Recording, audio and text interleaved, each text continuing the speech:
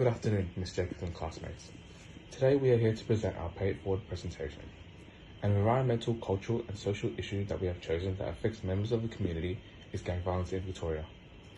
Gang violence is a one-way dead-end street which we believe needs to be alerted around our community. Gang violence is a group of people, friends or family, who go out on the street to inflict danger, trauma and violence on other group of people. Gang violence can spark over social media posts, which then results into groups setting up fights and brawls, which some turn into stabbings. Gang violence rages over ages from young youth such as 15 to newly young adults at 18. We have chosen gang violence as we believe it needs to be known that kids young as 15 are going out to fights and carrying weapons longer than their arms and causing pain. When we were 15, we were enjoying life and creating memories with our friends.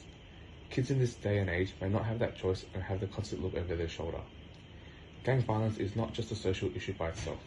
We believe that it raises other issues in the community, such as armed robberies, grievous bodily harm, drug addiction, car robberies, and many more.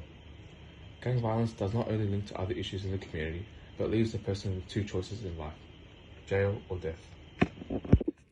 According to The Australian, crime statistics show highest annual increase in Victorian criminal incidents. On September 24, 2020, Victoria had its largest spike in crime. Drug possession sprung up to 16.8%, which is 29,497 offences. Theft from motor vehicles went up 11.9%. Spike in theft, public health and safety offences, breaches of order and drugs collected for more than 90% of the rise in crime between 2018 and 2020. According to The Australian, Deputy Commissioner Rick Nugent also said part of the increase was gang-related and announced that Victoria Police has launched a new Operation Alliance aimed at disrupting and dismantling gangs. Rick Nugent said gangs were responsible for car thefts, burglaries, home invasions, robberies, serious assaults and knife crime. Some of these gangs we know are responsible for the serious and violent crime that's been going on in both Metro Melbourne but also in some rural areas over the past year, said Rick Nugent. We believe youths have their own reasons to join gangs and cause havoc, but we believe violence isn't the answer for life for someone to go through. If there are many ways for one to join a gang, there should be more ways for one to leave a gang and turn their life around. Methods that we use to find more about gang violence in Victoria is social media, YouTube videos, statistics and headlines. Gang violence not only affects other innocent teenagers, but affects parents and the elderly. Usually, parents wouldn't stress about their child's whereabouts, but as crime is growing, it makes them more worried of where the child is going and who is going to be there. Options that are currently in place to stop gang violence are the police. Other support which we believe needs to be done is after-school programs, because gang violence happens prominently at night, letting teenagers go out to cause harm on innocents. More programs out in the community need to be held so gang violence can decrease, giving teenagers a safe environment doing good legal things. Some of the impacts gang violence have on the victim are long life scars, trauma, depression, anxiety, changes the victim's perspective hugely and makes them second guess of where they are going and who is going to be there. Some impacts gang violence have on the community are making the community unreliable and treacherous, giving the community a bad name for outsiders who want to visit, decreasing property value, making the environment such as parks and playgrounds for little kids more difficult, and increases in healthcare costs. This video shows. In March, Leah and her husband Gavin were asleep when 4 teenagers broke down their back door. I just remember just yelling and just screaming at us to just shut up and just give us money, and Gavin got out of the bed and physically pushed. We had 2 of them in the room and he got up and physically pushed them out and shut the bedroom door on them. He's then grabbed a baseball bat from underneath the bed, at which point a hammer's come through the bedroom door multiple times of them trying to get in with us, with literally our entire body weight on the door, trying to prevent them from getting to us. Home security cameras captured Gavin chasing the young men out the front, but he couldn't stop them stealing both their cars. It's too traumatising for me to go back there and remember it. I don't know how they can say that the crime rate is falling, because everyone I know nobody feels safe.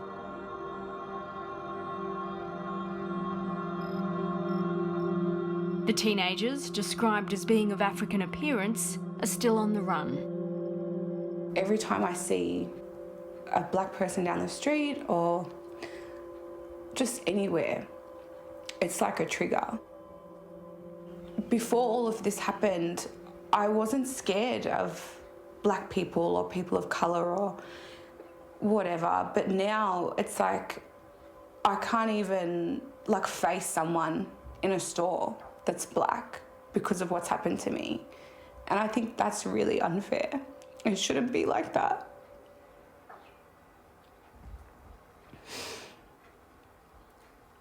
In this documentary, we can see that gangs do not attack other gangs, but also attack innocent civilians trying to make a living in life, but also bringing in other environmental and cultural issues such as break-in enters and car theft, leaving civilians traumatized.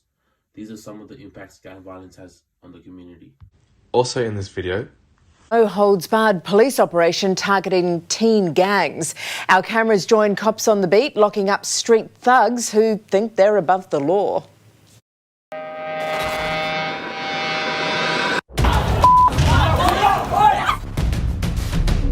Young thugs running riot and innocent victims caught in the middle. Carjacking, robbery, aggravated burglary, home invasion. Do you think about the lives that you may have ruined? If you continue to commit serious crimes of harm, we will come, we will find you, and we'll be breathing down your necks at every move. The community and police have had a gutful of their violent behaviour. If you are committing offences and you are harming the community, then you will be held to account.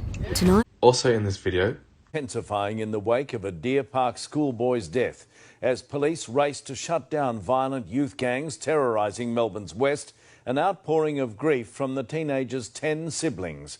Crime reporter Lana Murphy.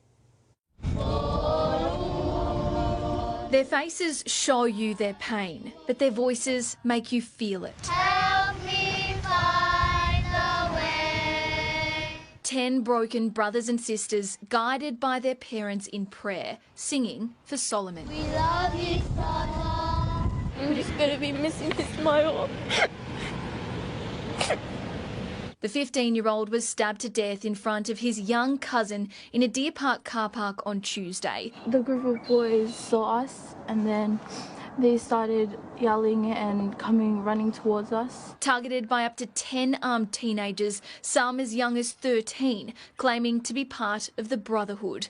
It was the fatal finale of a feud fuelled on social media. Solomon, he yelled out to me, he's like, "Run, Aki, run, Aki." So then I ran across the street.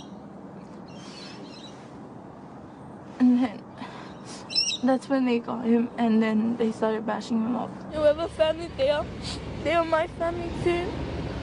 We just want peace here. No fighting, no violence.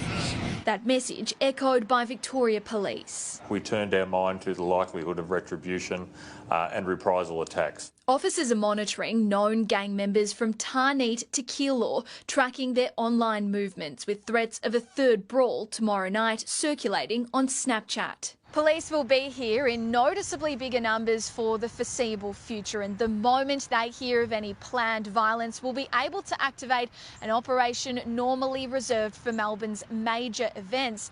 It gives them the power to search for weapons on the spot and demand personal details. And they continue to carry knives. In all likelihood, there'll come a point in time for the parents where these kids won't come home. They won't come home because they'll end up in police custody, or worse, they'll end up deceased. The call for calm coming from leaders of the Tongan community too. Boys, that we stop the violence, stop the fighting, stop all this hate. We need to wake up and not always fight evil with evil, because it's not the way to go. I still forgive them for what they have done. I love you, Solo. Lana Murphy, 9 News. This news report shows that gang violence and social media is a drug and is killing our younger generation. For example, the Deer Park stabbing. Solomon, the 15-year-old boy who was stabbed to death by 11 other teenagers.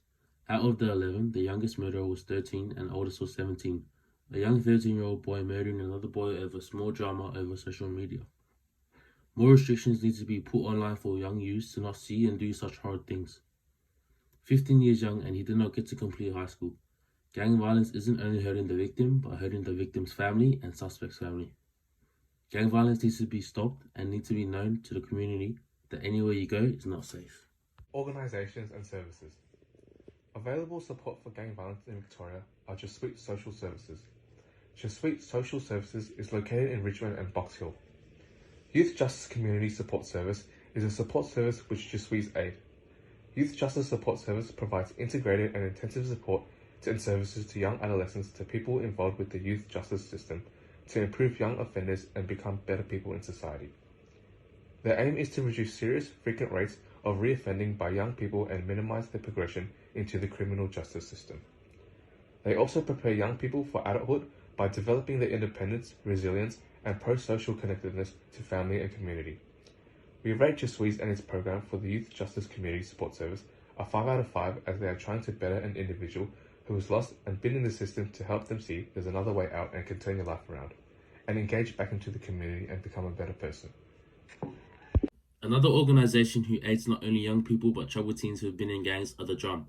The Drum is a program for people aged from 12 to 25 which have activities such as sport and recreation centres, cooking classes, life skill programs, support for mental health concerns, education, employment, and many more. Their aim is to design and deliver programs to young people and allow them to connect with one another no matter the background of an individual, become close to a family and the community. Their services work to spread the voices of young people and help them realise their hopes and goals. We rate the Drum a 5 out of 5 for the commitment to the young kids and adults to help them connect with people they may have not seen before and connect them to another level instead of being friends. Comparing both organisations. We believe both organisations, the Drum and Jesuit Services, are both good organisations who are motivated to help young troubled adults to become a better version of themselves by aiding them with services such as life hands-on skills to help them improve themselves as an individual to become a better person for the community.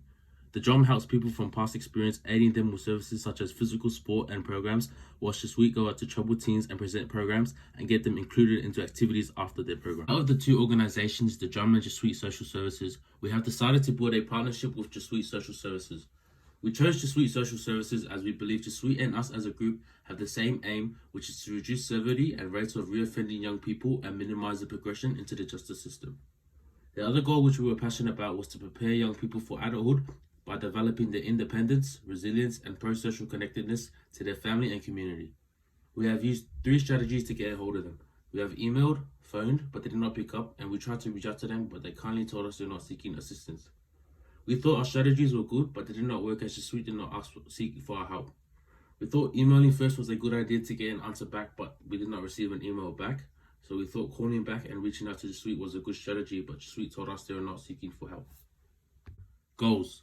If our external partnership Jesuit Social Services accepted us and wanted to cooperate with us, our desired goal with Jesuit Social Services was to let Jesuit come to our school as volunteer speakers and run a program with troubled kids who have maybe been in trouble at school to help them open their eyes and realise life is important and going out in the street causing violence and harm isn't the way. Our other goal was to help at least one student who heard our Jesuit Social Service program, if we had Jesuit's externalship, was to motivate and change their life, not only for themselves but for their family and future. The activity that we have chosen is a basketball program. We chose a basketball activity program as we thought it would raise awareness around our issue. Instead of young troubled teens going out on the street carrying weapons causing danger and harm on themselves and others, we would host a basketball program. We believe basketball is a fun, enjoyable and tactical game which requires life skills. Instead of fighting negativity, teens attending our program would acquire skills such as teamwork, hard work, life lessons and never giving up. We also chose this program as we believe young teenagers go out to cause drama and violence in their free time, whereas our basketball program lets them develop new skills they have not equipped yet, which gives them something to do instead of going out on the street, giving them a bad reputation. Our beginning plan for our activity was for troubled kids at our school who may have been in trouble to come together for our basketball program, where they meet as strangers and play a game of basketball where they learn how to develop life skills which we hope for them to take into their own life. Our end plan for our activity is for kids attending our program who would hopefully learn something from us and change their life from holding weapons on the streets to playing a fun game of basketball with strangers who hopefully turn into friends. We highly believe going out in the street for a gang leads to nowhere good. If some troubled kids at our program are skillful at basketball, they could have a bright future such as playing competitive basketball, which not only benefits themselves but their family and their future.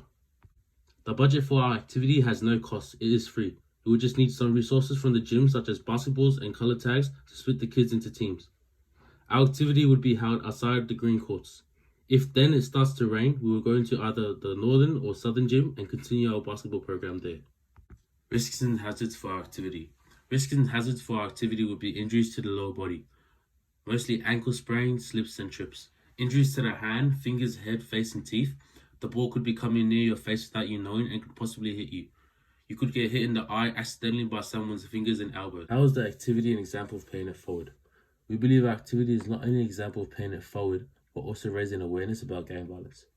We believe our activity is an example of paying it forward because we are giving troubled teens something positive they may have not had in their life. Not everyone is the same, and not everyone has their own treatment for the struggles they face on a daily basis. Instead of a gang member holding a weapon in their hand, they could hold something less harmless like a basketball. We thought as a pair that hosting a basketball program where troubled teens usually go out on the streets to cause violence and danger on others would help them see that there's a safer road in life where you do not have to worry about where you're going and who you're going to encounter.